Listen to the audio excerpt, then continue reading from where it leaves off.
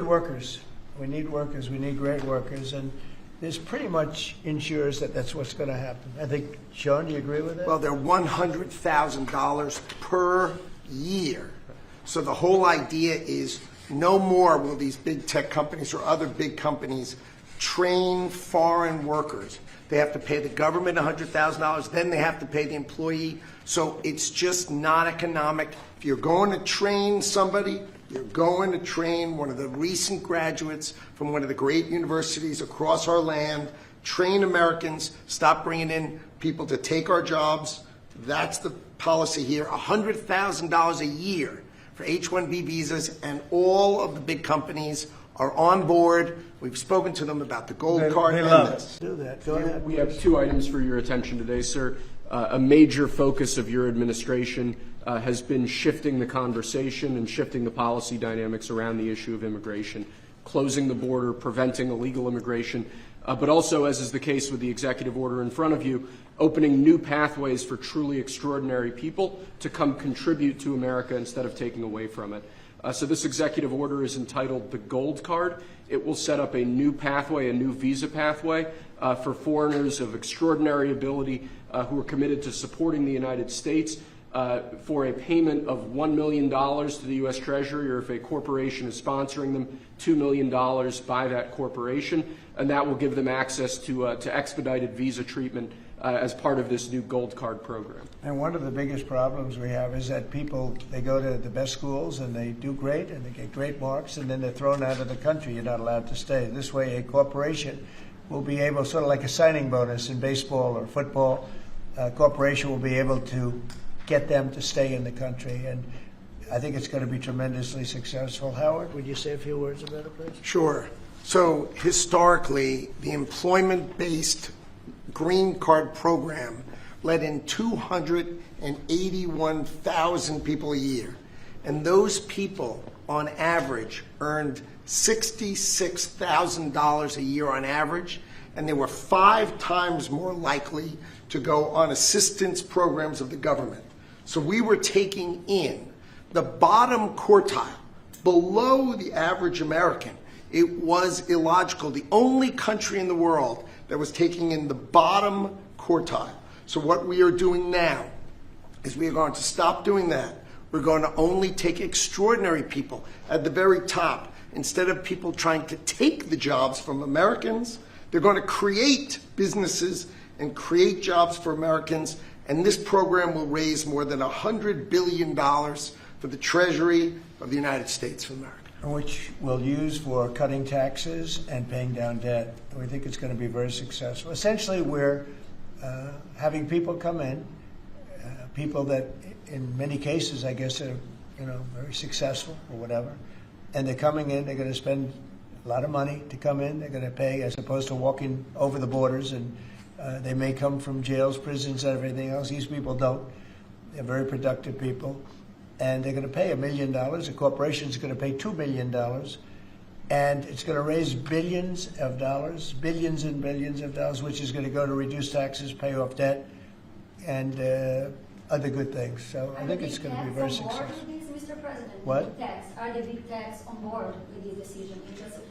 What's going to, well, I wish you'd speak more clearly, I really do. Give it to me again. Are the big techs, the CEOs, on board with this decision? Big techs? Tech companies. Big tech companies. Yeah, big tech. Yeah, it's big tech. It's every company. It's big tech. It's big tech. It's big everything. Okay. It's a company. I said it's not a tech company. It's tech companies and everything else.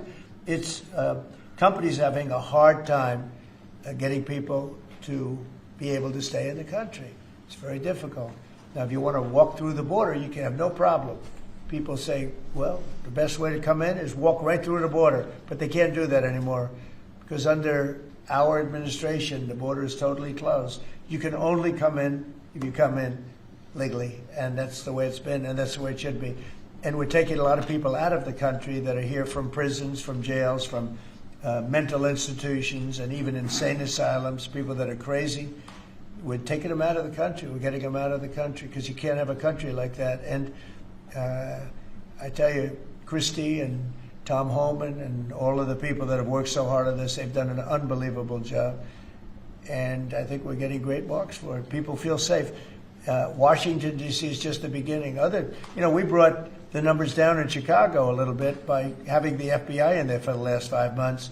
We brought the numbers down in Memphis a little bit, but now we're going for the big one. Now we're going to go for the big one. But we set ourselves up very well in Chicago, Memphis, New Orleans a little bit, going in early just to see what was happening. We study it. We're studying the site. It's sort of like war. I mean, I hate to tell you, it's like war. Some of these people are really bad.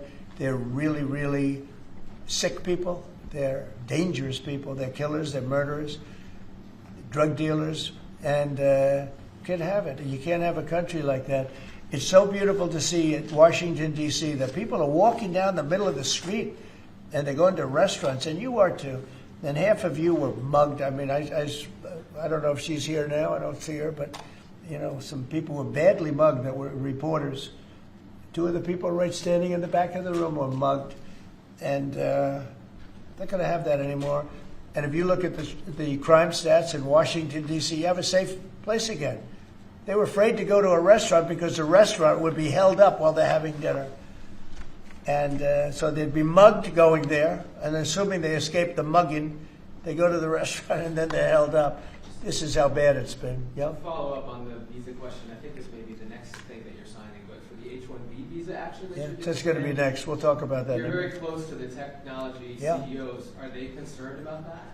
I think they're going to be very happy. Everyone's going to be happy. And we're going to be able to keep people in our country that are going to be very productive people. And in many cases, these companies are going to pay a lot of money for that. And they're very happy about it. Okay, we'll talk about that next, all right? Okay.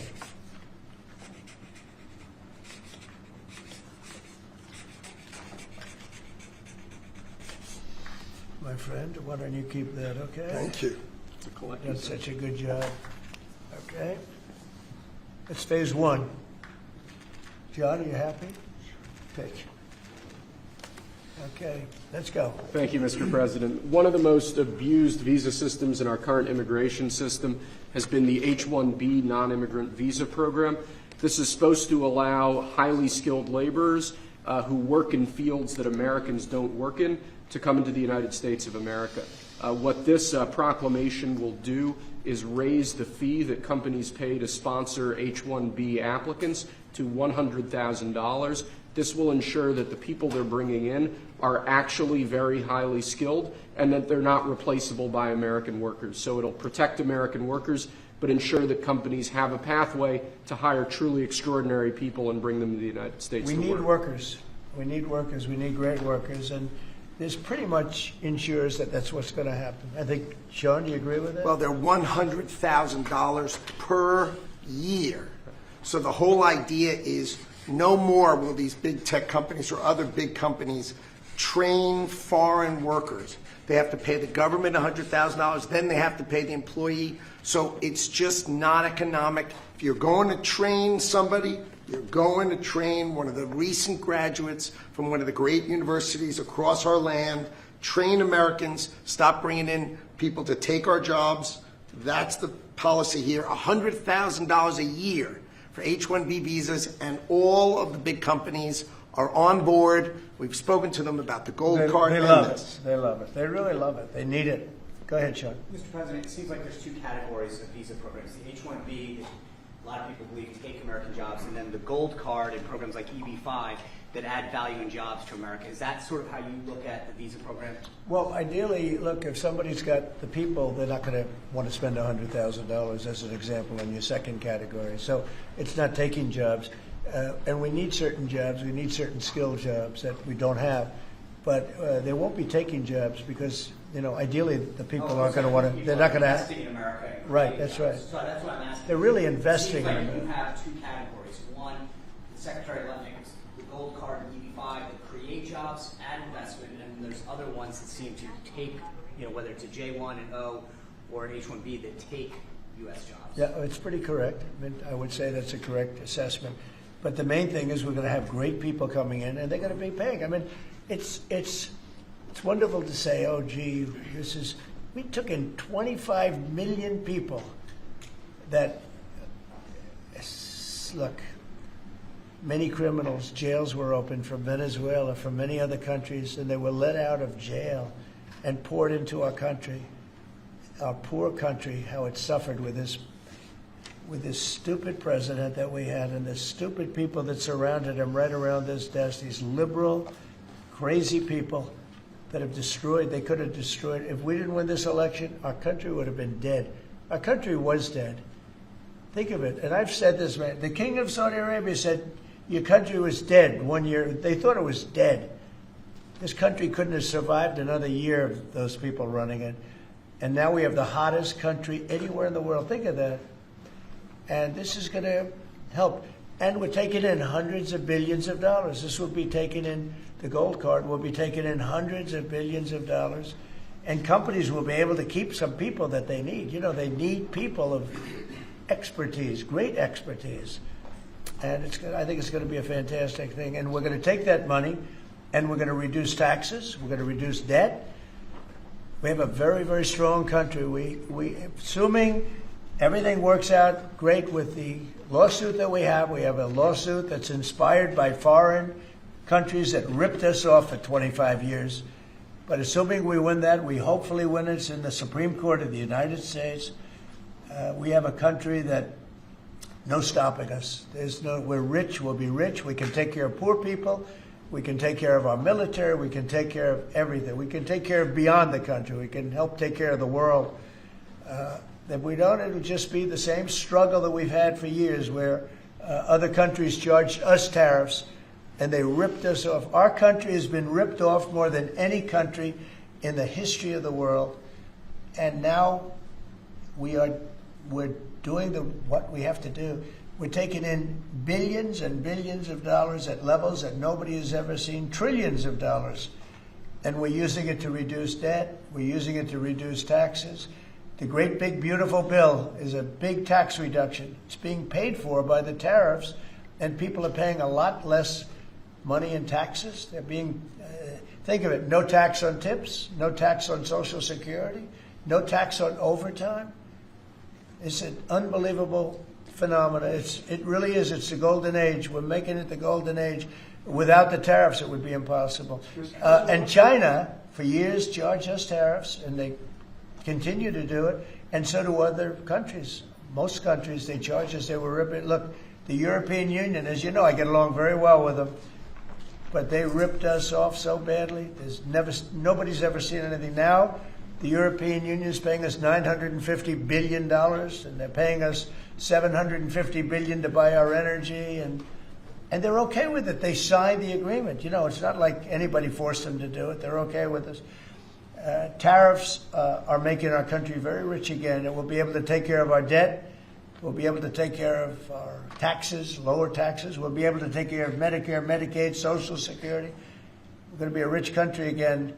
Without tariffs, we'd be in very big trouble. H-1B visas are sometimes used by people. Excuse me. H-1Bs are sometimes used by people already in the country legally. On other visas or student visas, does this apply to them or to renewals, or does it only apply to people applying for the first time from abroad? Renewals, first times. The company needs to decide, is that person valuable enough to have $100,000 a year payment to the government, or they should head home and they should go hire an American. The whole idea, it's annual, and it's for total. It can be a total of 6 years. So $100,000 a year, so either the person is very valuable to the company and America, or they're going to depart and the company's going to hire an American, and that's the point of immigration. Hire Americans and make sure the people coming in are the top people. Stop the nonsense of letting people just come into this country on these visas that were given away for free.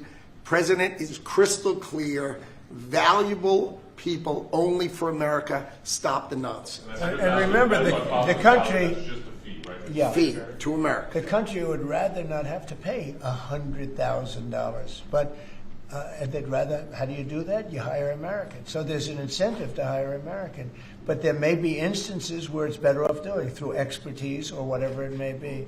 But they're both unbelievable, whether it's a gold card or or anything else that we talked about today, and that includes talking about freedom of speech, because our country has been decimated by bad people, very bad people, people that love crime. They love crime.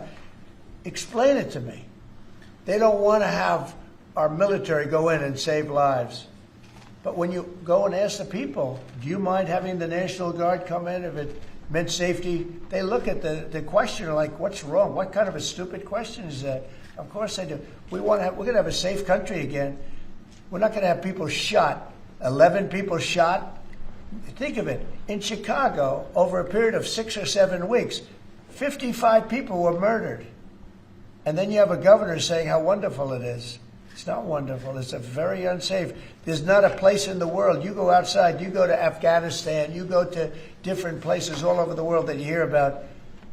It's 20% of what's happening in places like Chicago. And you think of them as unsafe. Mexico City, it's a tough place, dangerous place. The crime rate is lower. Think of it. What's happening to our country? We're not going to let it happen. And I think I got elected largely for that reason. So we're going to have a safe country again. We're going to have a great country again. We're doing unbelievably. We have the highest stock market in history. We have the most investment we've ever had, ever, as a country coming in. And we're very simple. You know, they said, how'd you get elected? I got elected because I'm going to make America great again. That's what we're doing. We're making America great again. Thank you very much, everybody. Thank you, guys. Thank you, guys. Thanks, guys. I love you. We're right there. Thank you very much.